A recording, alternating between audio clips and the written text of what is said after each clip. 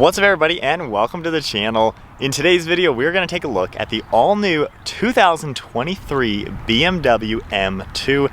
This one has a 6-speed manual, $65,000 and finished in Toronto red metallic. We're going to take a full look at the new M2 and see what this thing has to offer. Underneath the hood of the 2023 BMW M2 you're going to find a 3-liter inline 6-cylinder twin turbocharged motor. This S58 pumps out 453 horsepower with 406 pound-feet of torque. It's paired to the 6-speed manual transmission, sending all the power to the rear wheels through a limited slip rear differential. And with a curb weight around 3,700 pounds, you can expect 0 to 60 in 4 seconds with a top speed at 177 miles per hour. The M2 is running on a 13.7 gallon fuel tank, so you can expect 16 miles per gallon in the city with 24 out on the highway. Overall length is 180.3 inches with a wheelbase at 108.1. Height is 55.2 and width is 81.4 inches. You're also going to see ventilated and drilled rotors in all 4 corners, and you get a massive 6-piston brake caliper up front. And then now moving on to the exterior styling with the all-new 2023 M2. This has a much more aggressive and boxy style comparing it to the previous generation cars. You can see these black LED headlights all blacked out with these nice daytime running lights. And then moving towards the center, I just love the new grille shape.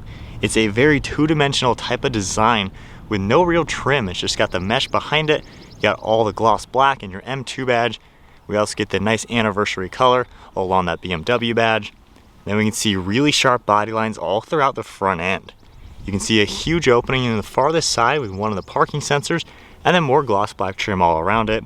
We get a boxy design for that opening, then a huge square-shaped grille, finished in more gloss black, and we have huge openings to allow a ton of cooling to all of the radiators. There's also functional brake ducts up front as well, with more parking sensors right in the center, and I think the front end comes together so nicely. I'm loving this new design, it really does stand out. Then you can see along the hood, you got a nice bubble in the center just to give it some height, and some really sharp lines fading towards the windshield. And then moving towards the side profile, we get a staggered set of wheels, 19s up front and 20s in the back. They're finished in a multi-spoke design with a nice two-tone, yet gloss black and machine silver, and the red brake calipers contrast nicely with this red paint. The front fender kind of has somewhat of a wide body design. It actually bulges out quite a lot, as you can tell, going towards the side of the car. And then you can also see we have body colored on the mirror caps with an LED turn signal with some gloss black trim, then one prominent sharp body line cutting through the side profile. We get a pretty bold side skirt to add some more width to the lower portion. Then you can see the flush mounted side door handle. There's also all gloss black trim surrounding the windows, and you get that sunroof up top with a small shark fin antenna. Towards the rear you can see once again we have a nice bulge for this fender arch, just to give it more of that wider appearance. And I like the side profile. It has a nice short and stubby design and still has a very muscular appearance. I think they did a good job with the new styling on the M2 to make it look a little bit more modern. And then in back we get a small body colored lip spoiler up above, the BMW badge right in the center, backup cameras behind that, and then you can see your M2 badge. We get a nice set of LED taillights finished off in a 3-dimensional look. They have a really nice blacked out design and fit this new bodywork really well. The rear bumper has a massive bulge on each side with the trim piece and a parking sensor. Then you can see the massive rear diffuser finished in gloss black with a quad exhaust system. Looks super aggressive back here. And once again, you can see more of that boxy appearance that the new generation car is gonna have. And I think it comes together really nice. Taking a look at the key fob, we have all of your typical buttons. Lock button is the BMW logo. We also get those nice M colors. Keeping the fob in my pocket, I can just grab the door handle, it'll unlock, and we can check out this interior. This one does have the M colors along the seats and primarily a black leather interior.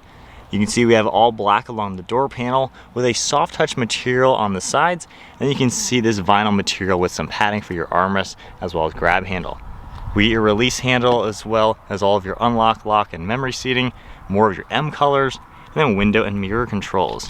You can see a lot of storage down below with that trunk release button, and then we get an aluminum colored door sill with M2. You can see all the power controls for the seats on the left side, including lumbar and adjustable bolsters, and then I like how we have a leg rest that'll extend. You can see all the smooth black leather with white stitching, and I like the stitching design right in the center.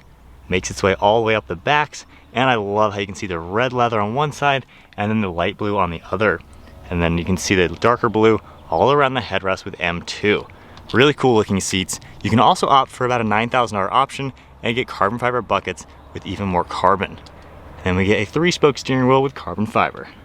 And then now inside the M2, keep my foot on the clutch, we can go ahead and fire it up.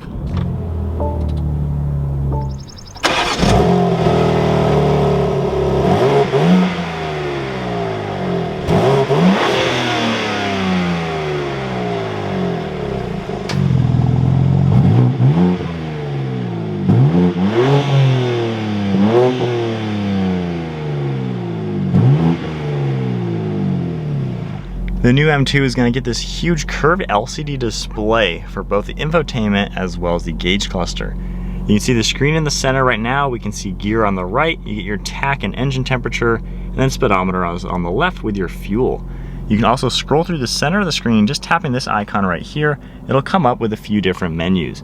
If I scroll up and down, you can see audio that will come up as well. You have torque and horsepower, more information for tire pressure, things like that, your boost gauge, and then all of your drive modes. You can go into the navigation screen as well, and then a few more items. And then you can also tap the M mode button down below and actually change what you can see. You can see these 3 different icons. Tapping the sport icon, this will change to a little bit more performance focused gauge cluster. You can still scroll left and right, see more of the performance information along with vehicle vitals all on this left side. So pretty cool to see how configurable the screen is becoming. Along the steering wheel, we get some nice leather around your BMW logo.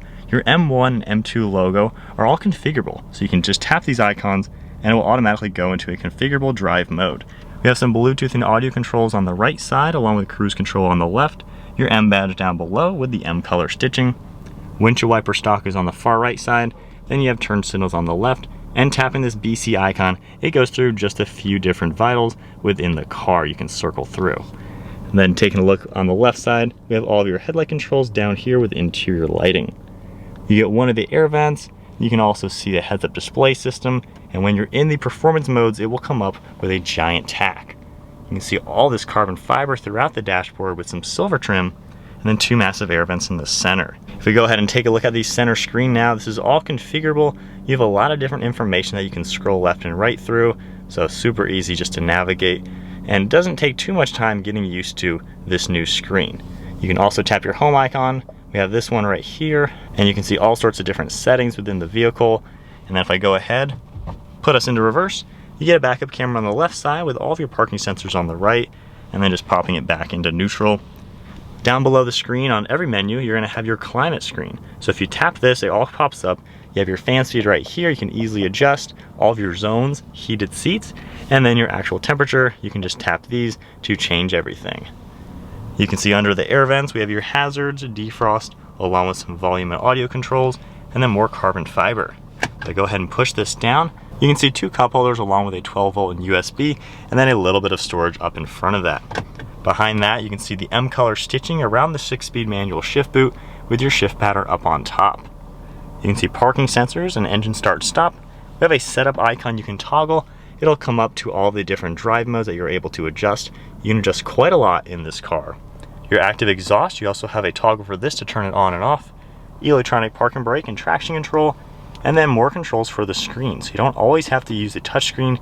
You can just use all the different touch sensitive buttons. You have a rotary dial with some feedback on it, and it's just really easy to navigate just like this. So I like just how simple everything is, and it looks really nice.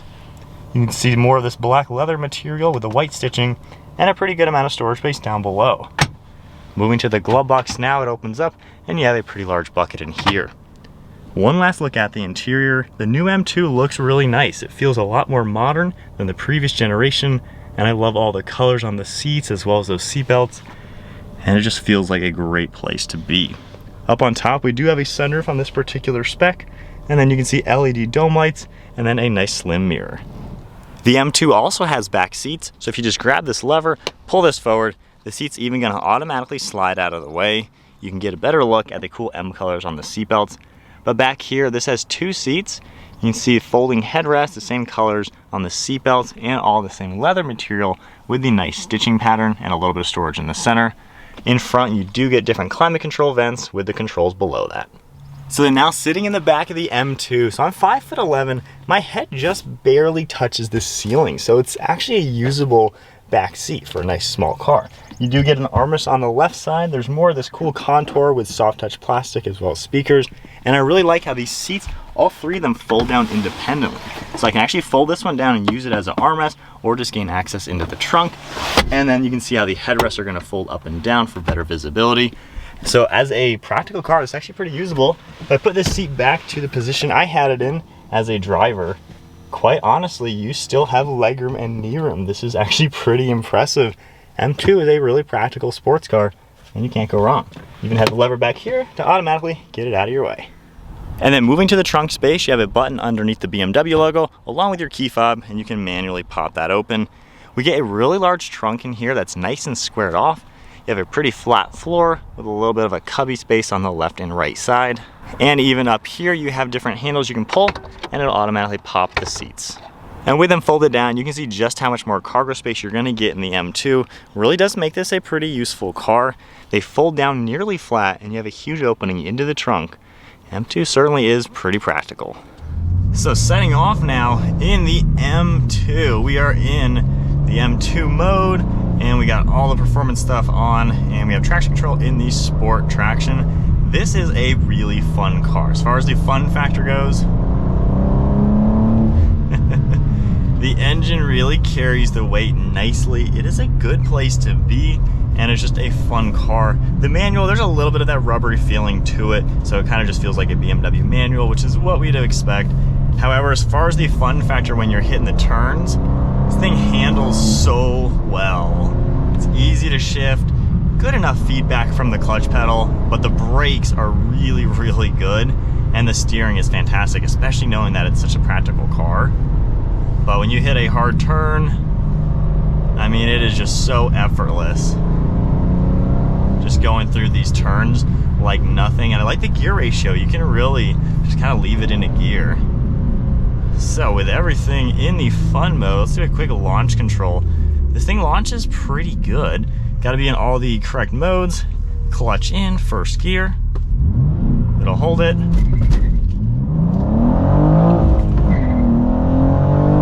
And 60.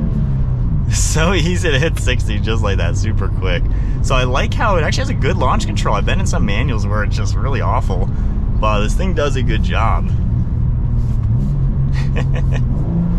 It carries the weight so well. Man, now if we do tone it down by just tapping that button once, it'll go into the normal everything.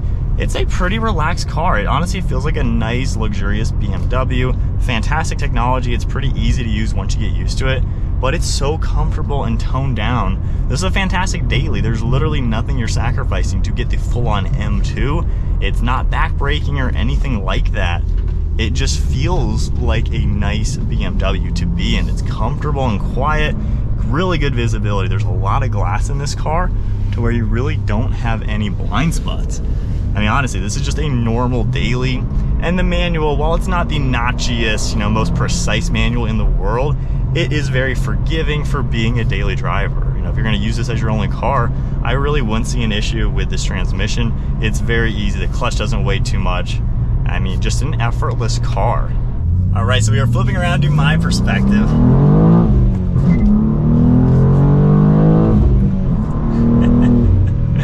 I mean, this thing's pretty darn quick. The weight, you don't really feel it. It carries the weight really nicely. A lot of motor up top. This thing scoots. And I like how the launch control for being a manual, it works really well. I think you just gotta be in Sport Plus everything with traction control in that one mode.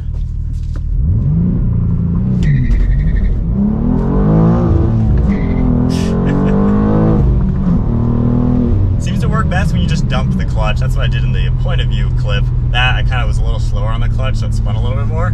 But launch control is pretty good. It's just a fun car to drive. And even in fully sport mode and everything, it doesn't ever feel super backbreaking. I think you want this car more raw, more dramatic, do the modifications, suspension, tuning, exhaust intake. big, stuff like that. Out of the gate though, it's just such a good blend of everything. I really have no complaints. You know, it just feels like a sweet car to drive. There's so much power. Builds, and there it goes. Gosh. I mean, this thing just moves. And I love just toning it down. We're now into just normal mode, cruise control, and everything like that. I wouldn't say I have any big complaints with the car. If you're looking for just a fun, nice, really high-end performance car that's not really too expensive, I don't think 65 grand is anything to bat an eye at for something like this. You get everything you could imagine for this price, and for this money, what other manual transmission high-performance sports car can you get? This is really similar to the BMW M4, just a little bit toned down and smaller. And honestly, with tuning, you probably can make about the same exact power on either car.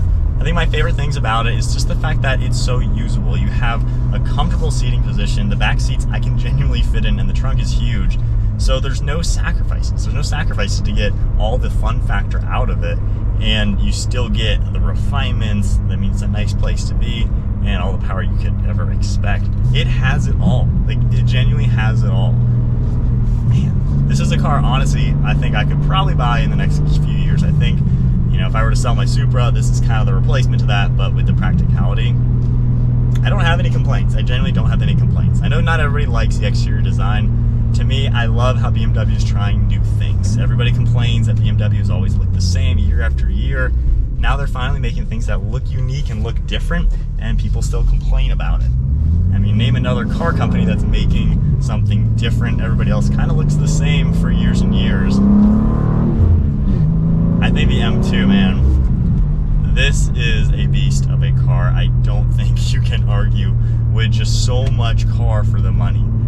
Like, seriously, I sound like a fanboy, but honestly, name another manual transmission, really practical car for this kind of money that is insanely fast. Well, I think that is then it for the 2023 BMW M2. This is one heck of a sports car. I've had a smile on my face every time I drive this thing. If you guys enjoyed the video, give it a thumbs up and hit that subscribe button. Stay tuned for plenty more content, and I'll see you all in the next video.